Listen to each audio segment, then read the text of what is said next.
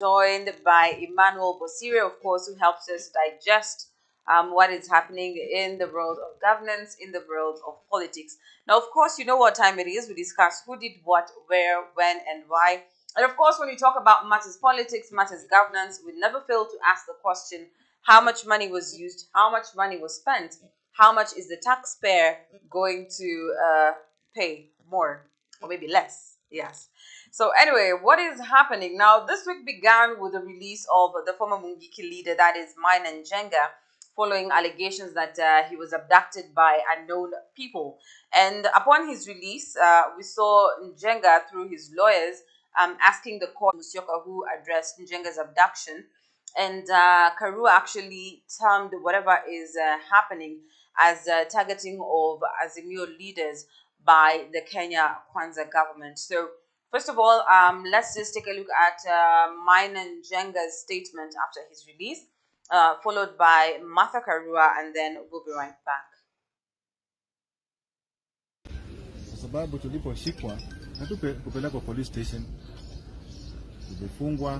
tulifungwa vizuri sana uso, gari ikaenda kama masaa mawili, alafu ikachenjiwa zingine, tunachenjiwa kama umefungwa tu na hujui unaenda wapi wala umesimama wapi, ama pahali unaenda kwa nyumba gani. Ukifika kwa hiyo nyumba tena unaambiwa unapanda kwa step, unapanda ghorofa 1, 2, 3 karibu ya 6 huko juu, ndio unapata pahali watu unaambiwa kaa hapa, hata hujui kiti ni wapi sababu uani. Alafu ile kanyumba unaenda unakuta iko kana mattress. Hiyo kama mattress unakuta nyumba iko na giza, unakaa kwa giza. Sasa hiyo ni tocha ya hali ya juu sana. Kenya imeshakuwa na uhuru, na hizi masiku za nyayo ziliisha kitambo. Ile wakati watu walikuwa na sababishwa na haya mambo. Ningetaka kuambia Wakenya, sisi tulichagua serikali hii yetu ya Kenya tukufu, na tumeshakuwa na serikali. Ningeuliza viongozi wote, hata rais mwenyewe aangalie hii mambo inaendelea katika Kenya, kwa sababu haya mambo si mambo mazuri. Tunataka haki, na haki itendeke kwa watu wote, kwa sababu watu wote walichagua serikali wakiwa na imani ya kwamba itawasaidia. Lakini sasa inaonekana ya kwamba kuna shida.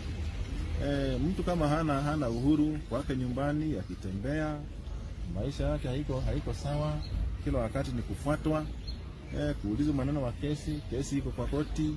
Sasa hiyo haifai hata kidogo. Na ndio maana nataka kuambia, msiseme ati tujui wala watu walitushika, tunawajua sana. Basi hii system tena ya watu wanakushika na ni askari wamejifunga kwa uso, alafu unapelekwa kwa nyumba ijulikana na si police station. Hii tena ni kitu haifai, kwa sababu kama ni kesi ifanyiwe faragani, ujue kama umeshikwa umepelekwa police station ya Central ama wapi, lakini si kupelekwa pahali popote hata haujui ni wapi. Hii haki inafaa kuangaliwa, na hii kama ni police station inafaa kujulikana umeshikwa umepelekwa. Colleagues and councils and friends, we are here to join and stand in solidarity with the family of Maina Njenga and with him on his gangster-style abduction by the police last night, which we condemn in the strongest terms possible. When police make an arrest, they are supposed to identify themselves and tell the person they are arresting the reasons for the arrest.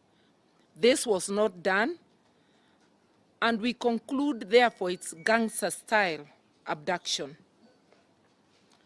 The lawyer has already said we are not aware of his whereabouts up to this moment. The family is in the dark.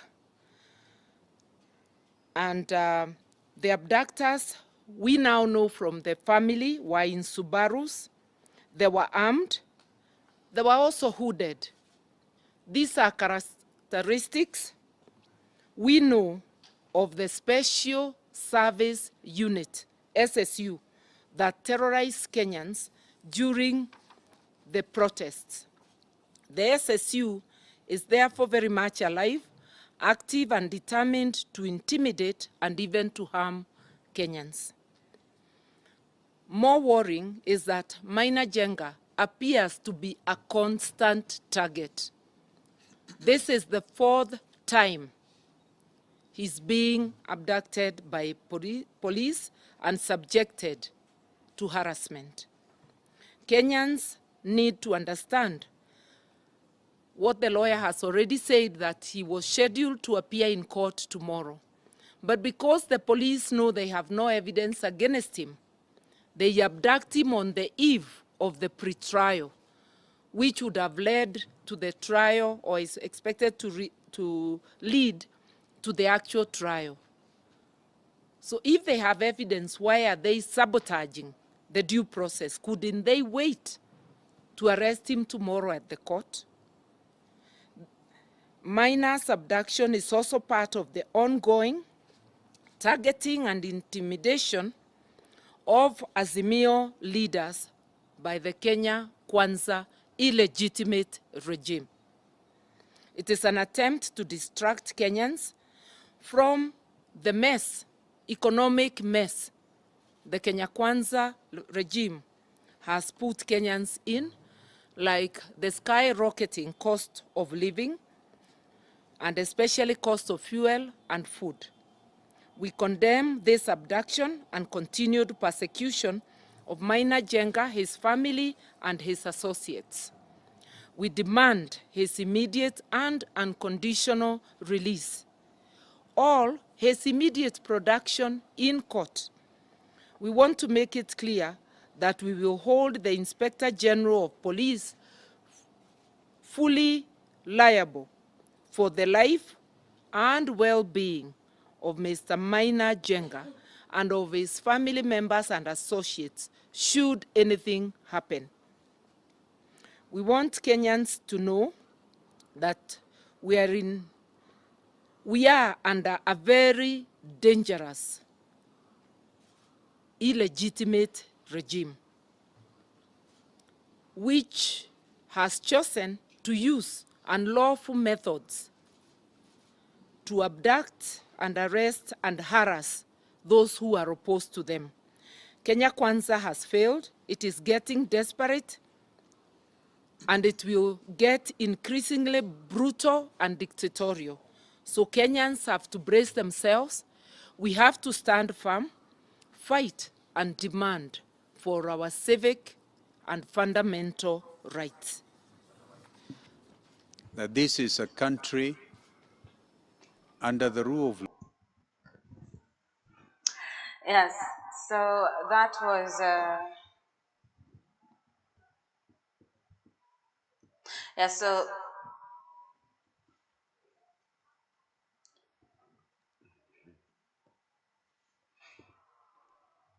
yes, so that was Martha Karua. Obviously, earlier on we had Maina Njenga, who gave a statement after his release. Now, from Maina Njenga's statement, it's so similar to Babu Owino's statement when he was apparently arrested or abducted earlier on, I think this month.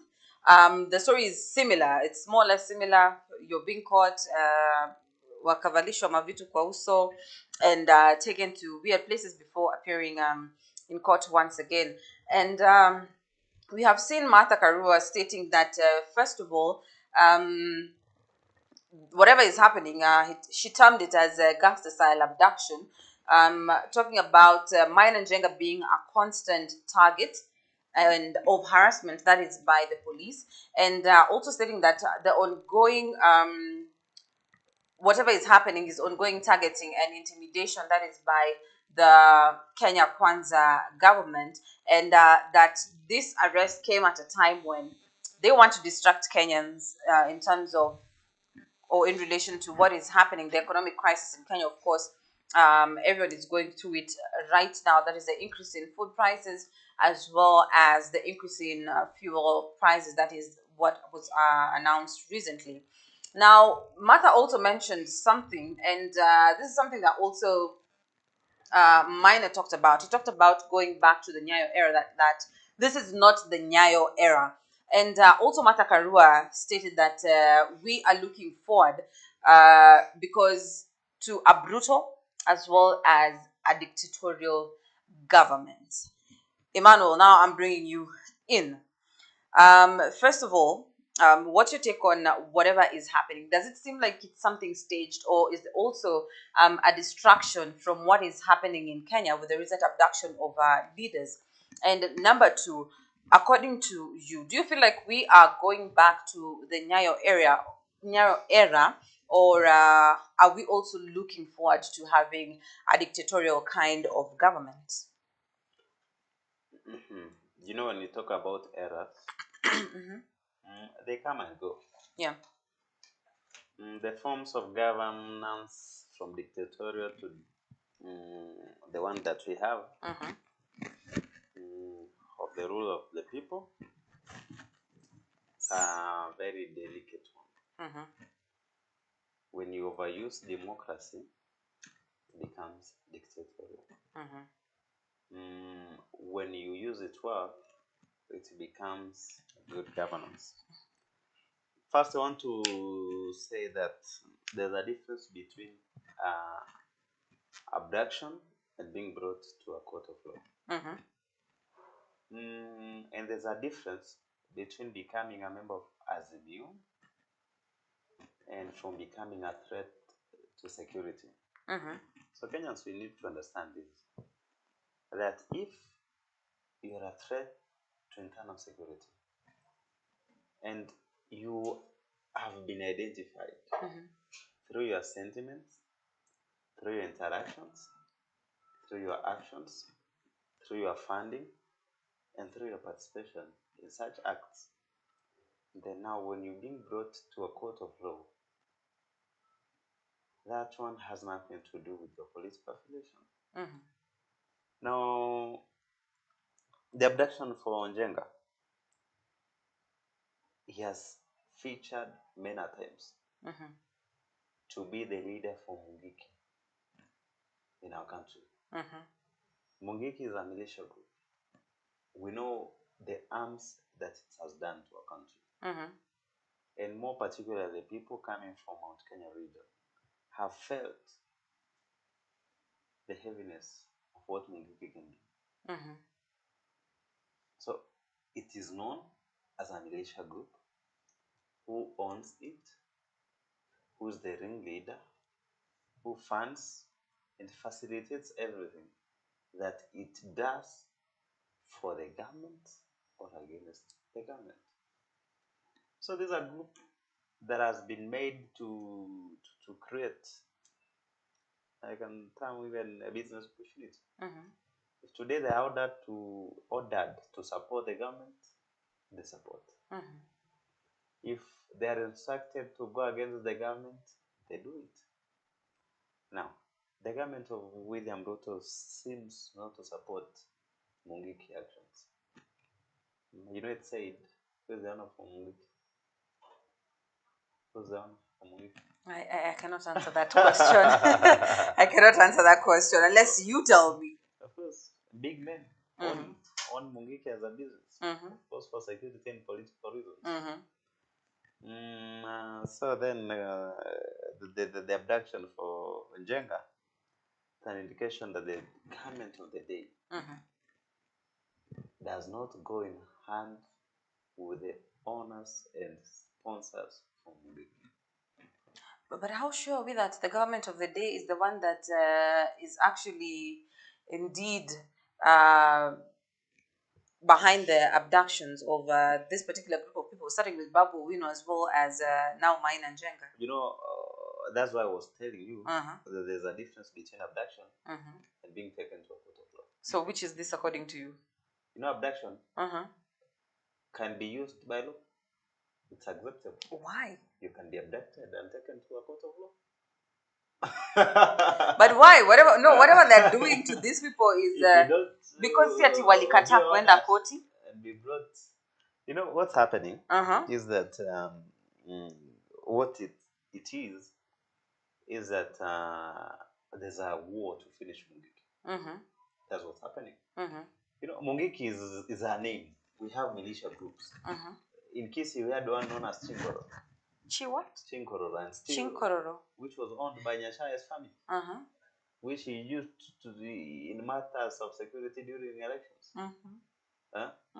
They are every part of the country. So depending where you come from, they have a different name. But now when we come to Central at large, they are known as Mungiki. We saw them during demonstrations being used to destroy property for Uhuru Kenyatta. At times, you know, it could be they were sent by the owners so as to brand the government of the day fighting Mungiki. No. And when such, you know, let me tell you, politics is politics. You don't consume everything you get in politics to be true. Others can be well staged so as to bring the big picture that someone is fighting us. Now, the abduction I was saying is that Mheshimiwa William Ruto and his team don't want Mungiki. It's hard to fight Mungiki. It was there during Kenyatta's family's leadership, both father and son. Kibaki used Mungiki for some time to help him. Mungiki did, I don't know, great or bad work during 2007 to 8 post-election violence. So what we are saying is, you know, these are not news. They are all over. They are known. Yeah. The recruitment and how to become, all those are known, and perhaps those who are responsible can take it as a secret. So, coming to the point of now human rights, now coming in as a humanitarian, is that the abduction actually is not the right way to go. First, you summon someone through a lawyer and give him a letter to appear in court, either person or through his lawyer, which I know has been done to Njenga. Yes. And what's happening, maybe at times, you know, the government can use excess energy, of course, against someone. So the ones which Matakar were coming upon is that the same Njenga they are fighting has been known with this stand for Azimio. No. So at times it could be seen that they are fighting him, but from where I sit, is that it's a threat to our country. Yeah. But as per what I'm getting from you, is that this particular group of people are, for example, like a threat to the current government. For example, when you look at Maina Njenga, he was supposed to appear in court for his hearing, but then was abducted before appearing in court for his hearing. And Martha Karua Tambitas, because of lack of evidence, of course, they decided to abduct him. Yeah. But I'm asking my and if you look at the charges, before you go again, now who abducts him? You know, at times someone can abduct himself. Now that is the question that we were asking, because the same Subaru abduction story is the same Subaru abduction story that Babu Wino gave, you know, when he was allegedly abducted from the airport. You know, the era from what we had, it was political assassination. Exactly. When you have actually the term abduction then meant killing. Wherever you go missing, you'll be found either dead or being dealt with seriously. Now the current of late, we don't have political assassinations. What we have is political abductions. No. Now these political abductions are tools again whereby the government plays to against those who are opposing the government. So at times abduction can be self-created or government created. Oh yes. So now, to be sure who did the abduction is the one that we can't tell. Kama venye Moses Kuria alisema tuachie Mungu. Uh, But anyway, also another question that is rising up is this particular group of people have been abducted, as per the statements, yeah. But what even when someone comes and kidnaps you, there are certain demands, there are certain things that you are told, But when these people come out, they just narrate the scenario: you were abducted, you were taken to this place, and then we were released. But in between, you do not know what were the demands, what were some of the threats that you were given, Because even, for example, if we look at, and I want to relate like to the case of Babu, Babu, narrated what happened to him, and next thing we saw him in court. Same thing to Maina Njenga, narrated his story, been abducted, then the next day they're in court. But in between, the question we are asking ourselves is, yes, you've been abducted, but what were the demands? Unajua, what were the threats? Is it if you do not stop, then we do this and this? what comes with our abduction is that you're warned. The demands that you want to say. If you're supporting or you seem to be very dangerous in your talks against the government, and they know that you are very influential, then you'll be told, wacha hiyo maneno, wacha hiyo, kuja kwa serikali. And then when you insist, then something will happen. God forbid we don't want deaths. But okay, umesema God forbid hapo, and I asked you a question earlier on. With you said earlier on we had political assassinations, right? And now we are starting to see political abductions. You get? So are we looking at a place, or are we at a position where probably we could, or we are going back to political assassination? Kwa sababu unajua anasema wanaanza we pole can't pole. go back to political assassinations because of democracy. One of the reasons that led to political assassination, it was about dictatorship. No. Mtukufu rais anaamrisha, mtukufu rais tumalizana na yule. But when you have a democracy now, it becomes difficult. And again, with technology, how do you assassinate someone? Everything is possible. Because with that technology that you're talking about. With technology, it's very difficult to reach to a point that you are assassinating someone. First, when you abduct him, it's known. Maybe a signal is missing at this point. And then someone was responsible at this time. The last person was this one. This was the vehicle used. And then you will tell us. And again, with the rise of many humanitarian groups, they have just brought this understanding that it's a right to, in as much we have humanitarian groups, you have a right to speech, but you don't have a right to hate speech. Yes, there are limitations. So human rights are limited. In as much you are enjoying your rights, your rights should not make my rights not to be enjoyed. So in as much you have a democratic right to come and speak what you want, then again it will limit you to what you're saying. I think to the case of like Babu Wino, his abduction could be all about Azimio and his stand idea against the government of the day. So those are some of the challenges that they are going to face. Until then, they support the government. Okay. But anyway, to our viewers, I'd like to pose a question to you, because it's something that has also been in the minds of very many people. Do you feel, with whatever is going on in the government, that we might be going back to the Nyayo era? And if yes, tell us why. If no, also tell us why. Feel free to do that on the comment section. And karibu sana.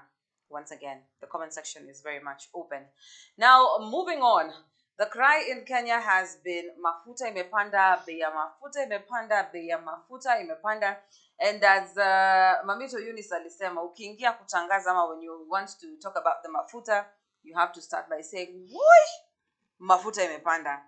Anyway, Mr. President, while he's away, of course, we saw the price of fuel rise.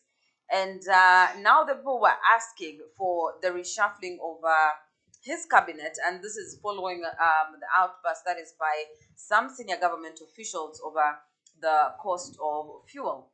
Now, of course, those selected as sacrifice, we have the Energy Cabinet Secretary, that is David Chirchir, as well as Trade and Industry CS, that is Moses Kuria, and the President's Economic Advisor, that is David Lee.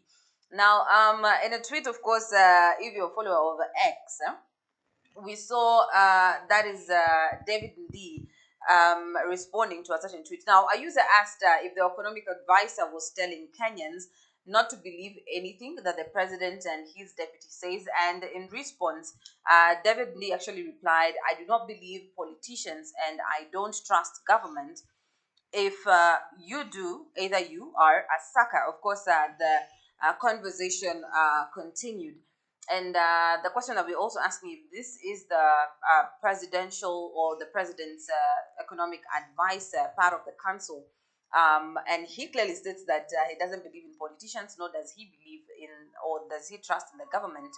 It raises eyebrows. Now, of course, when we talk about fuel, we saw that EPRA announced the price of fuel, that is with petrol going up by 16.96 shillings, and currently retailing at 211.64 shillings per litre, as well as diesel, which is retailing at 200 shillings, 0.99, that is an increase of about 21 shillings, as well as a litre of kerosene retailing at 202 shillings per litre. That is an increase by 33 shillings. Now, we also saw the Kakamega Senator, that is Boni Khalwale, saying that Kenyans who elected Ruto, or they elected Ruto with the hope that he is going to stabilize or change their lives, beginning with changing the cost of living or reducing the cost of living. And he went ahead and suggested or started the conversation on Ruto sacking the three or firing the three, saying that they had failed him. That is David Lee, as well as Davis Chirchir, and that is Trade CS Moses Kuria. Now, before we get into the conversation, of course, we are going to listen to Boni Khalwale, as well as after that, we can listen to Moses Kuria, because we don't know, is he trying to reclaim himself after the reckless statements that he made over the weekend that we are going to see, because it states that they have no control over fuel prices, as well as the predicted or the awaited fall El Nino. So let's just take a look at the videos and then we'll be right back. Haileti pesa vile tumeleta, makosa imekuwa ya kiranja Dr. Boni Khalwale. Ruta, Mheshimiwa Rais, I want to tell you today from Kakamega, watu wenye umepatia kazi wamekuingiza kwa mbaya sana. Mtu ambaye anaitwa Minister for Trade, mtu ambaye anaitwa Waziri wa Energy, na mtu ambaye anaitwa your Economic Advisors, lazima watuambie sisi wa Kenya, what did they mean? Loba mola bakulanga makure from government to government, then things are worse. You sack these people when they pay ya makura, you can say, I was elected in this country of Kenya to serve the poor. I don't care whether the rich people find petrol rich expensive, but I care. President Ruto, sack these people, otherwise serikali yako sasa, at a small function like this, inaanza kukaa kama iko na sura mbaya. Unaona vile mtu ananipiga jina. Hata kuniletea kisirani na rais. Na deputy bana, mimi nilisema kwa wakati huu hii kiti ya Boy Scout mimi ndio acting president. Kwa nimekuonea hii my friend. Na nimesema hadharani ndio hata rais anaona. Kijaribu kupeleka porojo. Hata nilimuona akisema ni Boy Scout. Sasa hauna nafasi. Mimi nataka kusema kwa ufupi sana.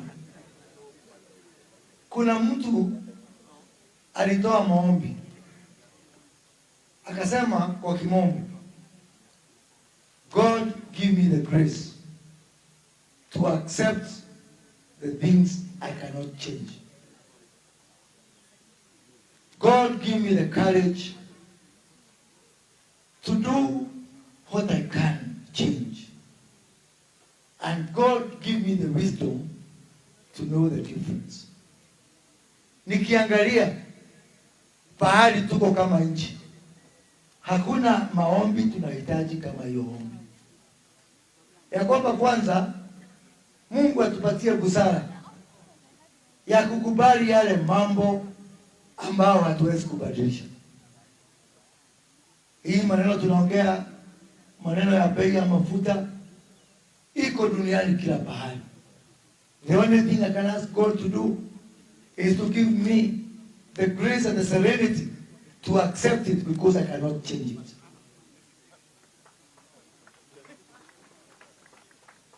Tuko na mvua inaanza mwezi ujao, inaitwa El Nino.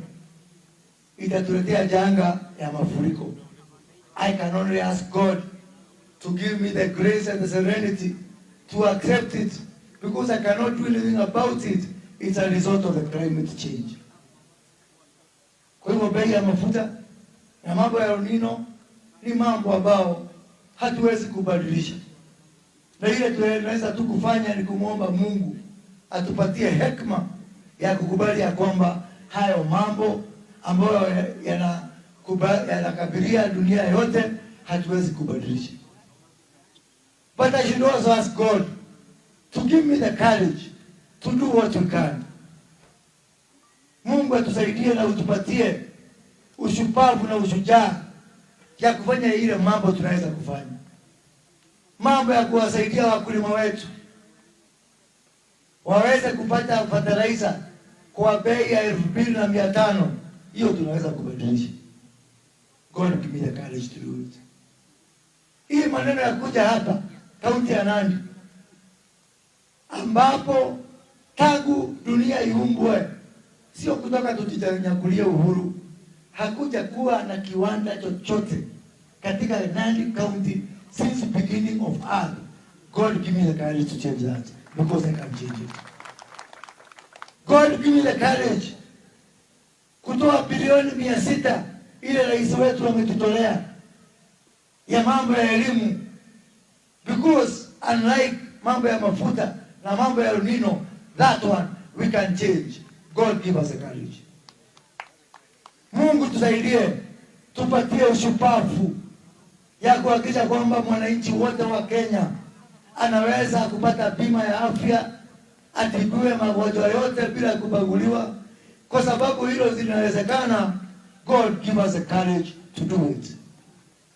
Mungu tusaidie, hawa wakulima wamelima, tupatie hekima ya kuwaletea dryers ile ambayo tunaagiza kutoka nje, ndio mazao yao yasipotelee kwa shamba. Hiyo tunaweza. But above all, God give me the courage to be telling the truth all the time. Mungu, hiyo naweza. Mungu, usifanye nijidanganya watu kwamba mafuta inashuka na haishuki. Mungu, hata kama sitakuwa na kazi, wewe unajua nikuambia watu ukweli, ufalme wa mbinguni nitauona na macho. God give me the courage to tell these people the truth. Biblia inasema watu wa Mungu wanapotea kwa sababu ya kukosa nini? Kufahamu, si ndio? Mungu usiniruhusu siku moja hata ukininyima mambo yote na unipe mambo yote, Mungu usikanifanye nikuwe mtu mdanganyifu, because that is not being a truth for men. Kuwa truth for men ni kuambia watu ukweli, ndio wajipange leo na wajipange hapo mbele. Ili jamani niwaambie, kuna nuru gizani. Hapo mbele nikiangalia, tukifanya mikakati yote, tuna tofauti gani baina ya Kenya na Ufaransa? Tumeambiwa Ufaransa mafuta ni shilingi 300. Kenya ni shilingi 200. Tofauti ni gani? Tofauti ni kwamba Mfaransa akona pesa kwa mfuko na Mkenya hana pesa kwa mfuko. So hii ya kuweka pesa mfuko, si tuweke bidii hapa. Ndio kama tungekuwa Wafaransa, hata kama hakuna pesa, hata kama mafuta ingekuwa juu na hao wananchi wakuwe na pesa mfuko, leo hii hakuna mtu angelia. Mungu nipatie busara. Give me the wisdom to differentiate between things I can change and things I cannot change. Because confusing the people of God with things that can be changed and things that cannot be changed is foolishness. Mungu nisaidie. Ewe Mungu nisaidie. Tukue watu wa kuambia watu kweli. Tukue watu wa busara. Tukue watu ambao wanatumia nguvu kubadilisha ile mambo tunaweza kubadilisha ya kuwasaidia wananchi waweze kuweka pesa kwa mfuko. Vile mmesikia, baada ya wiki moja mimi narudi hapa. Baada ya wiki moja mimi narudi hapa. Pahali naitwa Chemasi. Tuzindue huu mradi wa County Aggregation and Industrial Park hapa Nandi. Yaani mimi nikiona katika historia ya Nandi hamtakuwa na kiwanda. Mazao yenu yanapotelea kwa shamba. Tangu jadi, kahawa, majani, mahindi. Lakini sasa kwa sababu ya hii kiwanda ambao mimi naona kitaajiri vijana 20,000 hapa katika Nandi County, tutaanza kufukuza maskini hapa. Avocado, mazao mengine. Na sababu sasa nyinyi watu wa Nandi, mashamba yenu sio kubwa sana kama ya watu wa Singisho na Trans Nzoia. Hiyo aggregation itawasaidia kukusanya mazao na tuweze kuuza nje ikiwa kutoka hapa. Wewe niambie, tuingie hapa chini Mosoko. Mosoko kuna mahindi. Mahindi inatoka Mosoko, inaingia lori, inaenda mpaka Mombasa. Inakuta mtu rafiki yangu anaitwa Mombasa Miras, inasiagwa. Halafu inaingia lori nyingine, inarudi hapa Nandi. Unaungua na kweli? No, we cannot continue like this. Something must change. Something must give way. Na ndio nimesema katika hiyo aggregation na industrial park pale Chemasi, serikali itaweka machine ya kusiaga kama niyo unga. Yaani unaweza kuingia hata kama ni hapa Trans Nzoia, ukipewa tenda hapa Kapsabet Boys ya kuuza unga, sio lazima ukue kwa nyenye mkubwa. Enda hapa Trans Nzoia, nunua mahindi, kuja hapa Chemase, utafanyiwa kusiagiwa hiyo unga, utafanyiwa packing hapo, ulipe kitu kidogo, mashini ya serikali, upeleke Kapsabet, ulipe pesa na uweke pesa kwa mfuko. Ama namna gani jamani? Na hiyo ndio tutafukuza umaskini. Mimi niko na matumaini ya kwamba katika historia ya Nandi kiandiko, Mwenyezi Mungu akitusaidia, itaandikwa watu watatu. Kwanza nitasema namba 1 ni Koitalel Arap Samoei. Namba 2 ni William Samoei Arap Ruto ambaye ametusaidia kuwa na serikali inajali mwananchi. Ya 3 itakuwa Moses Kuria, mtu wa kwanza duniani kuleta kiwanda cha aina yoyote hapa katika kaunti ya Nandi. Simulipiga makofi.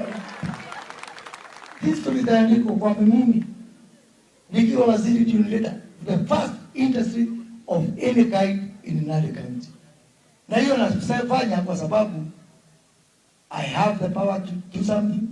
I have the power to change, and we have said, nimeuliza Mungu, God give me the grace to accept the things I cannot change, the courage to do the things I can change, and the wisdom to know the difference to nisikuwe mjinga.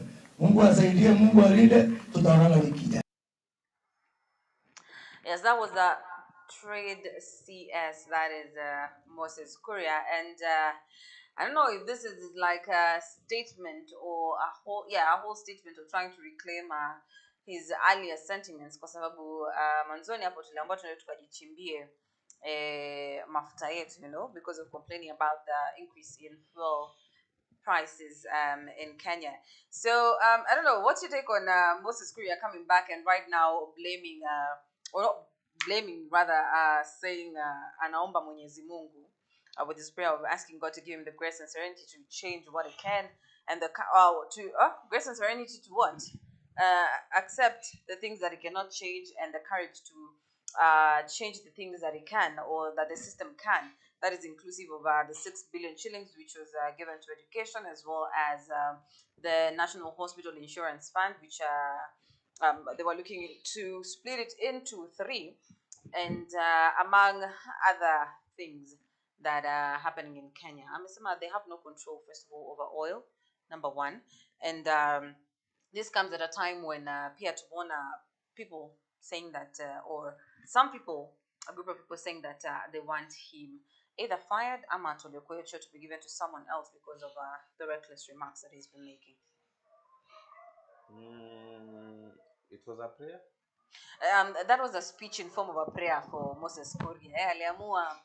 It's like it was written, God give me the serenity and grace to change, not to accept things that cannot change, and the strength or the courage to change that which I can change. Some prayers I never even heard. Allah. Okay. Some prayers don't even go reach heaven. How do you want to tell me God can listen to Moses Kuria's prayer? Why would you say that? God can never listen to Moses Kuria's prayer. Why? Their blood, their hands are filled with Kenya's blood. And for information, God no longer, God cannot come from heaven to help us. He will not. Allah, okay. So he must use people to help you. He has given you an opportunity. You are in government. He has given you that God, small God, to rule over people. And then instead of helping them, now you start praying to our original God, our Creator. You can never hear such prayers. Now, the reason I'm saying this is that I'm not discussing prayer. What I'm saying is that the ones who have the opportunity, or they have been given this chance to help Kenyans, are the ones adding more burdens to our Kenyans. But again, Moses is very honest. There are things that you must be honest for people to understand you. No. So instead of coming and lying to us anymore, let Kenyans be used to the truth. Prices are never controlled by internal forces. Prices of commodities are influenced by international market forces. So the price of fuel increased worldwide, not in our country, Kenya. It's all over. It's a global crisis. Now, when you have a global crisis, you don't blame the internal government. But we are Kenyans, we'll always point fingers. We'll always point fingers to those who in leadership positions. Even those ones who telling us, oh, you should have done this, you should have done this. When we get government, they also will do nothing. Check this with the bank. They will, and if we go now by the biblical coalition that Moses is bringing, then the same Bible says that the current government is better than the coming. So that's why the governments have been good. You saw Kibaki's government was the best. Uhuru's government was not good, but then it was better. Ruto's government at the moment is not a good one, but it can be somehow better than the one which we are admiring. Now, the reason I'm saying is that Moses Kuria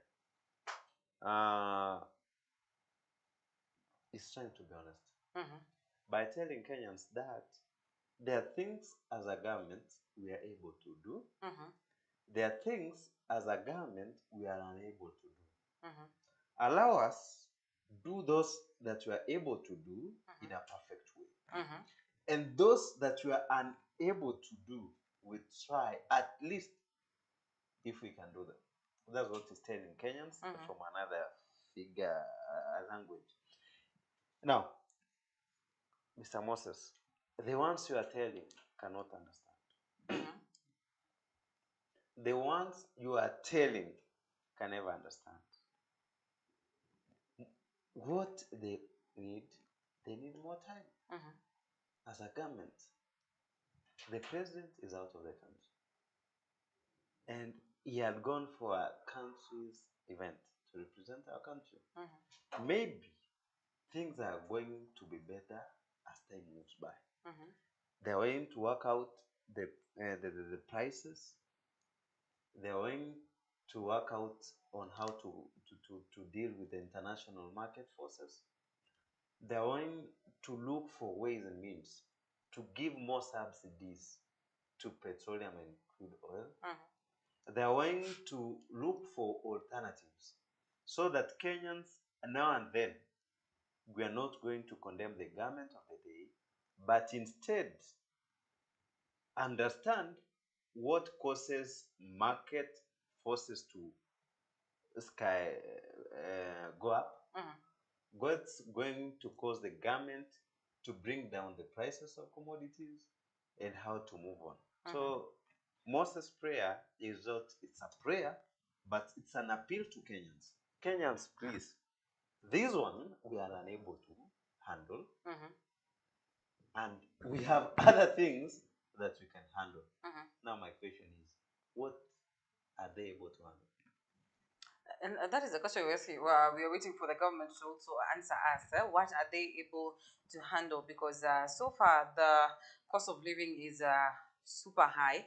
Tunaona pia mafuta imekuja. Now imekuja juu, and of course we were told by even Moses Gray himself to brace ourselves for another increase or more increase before we even get to until February 2024.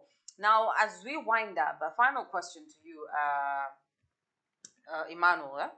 For the Energy Cabinet Secretary, Davis Chichu, should he be sacrificed or should he be still left or given time to control the docket that he's been given?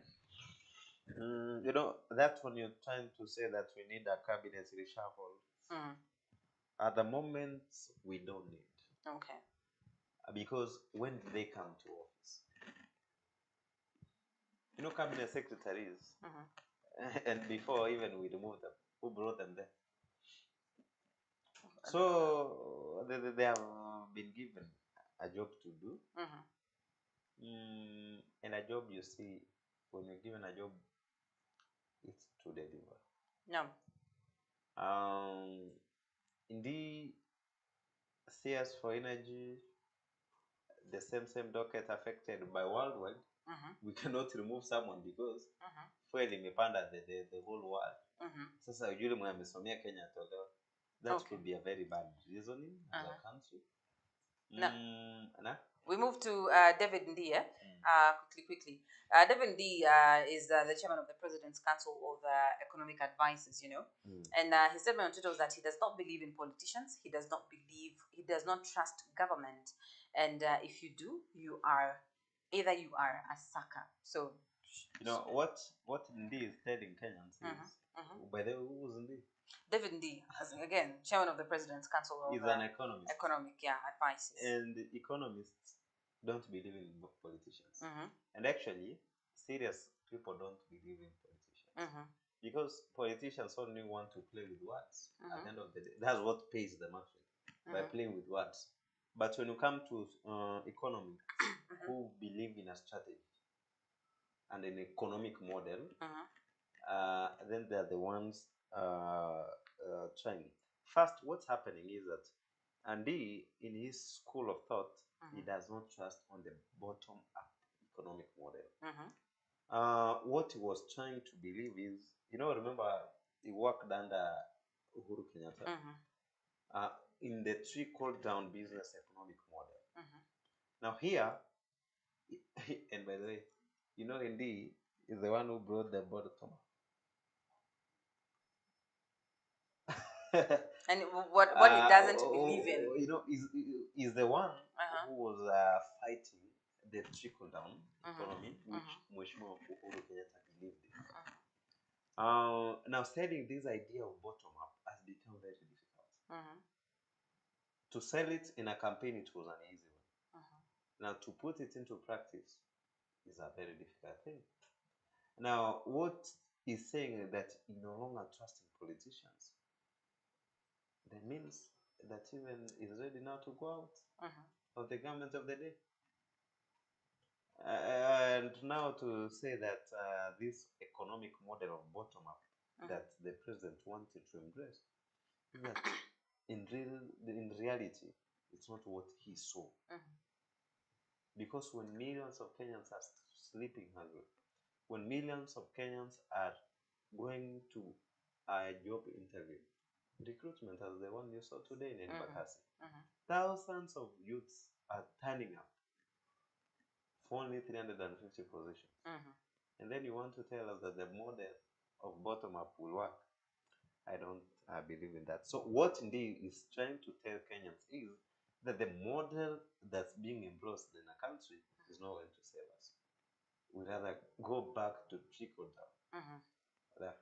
And I think that is also his state as an economic advisor, kwa sababu you're not supposed to 100% like side with the government rather than try and find good ways or better ways of trying to have a stable economy as well as a good economy. Now, thank you so much for joining us. Thank you so much for allowing us to keep you company and for also keeping us company right here on the KNA Political Table, where we talk matters governance and matters politics. Now, I leave you with a question. Do you think, number one, that we are going back to the Nyayo era with the recent political abductions? And number two, is a cabinet reshuffle really necessary because of the increase in fuel prices, or should we give the government time to prove itself? Please feel free to tell us in the comment section below. My name is Tamara Patience, and I have been with Emmanuel Bosir. Of course, we're going to see you next time. Peace, love, and unity. Have a good morning, good afternoon, and good evening.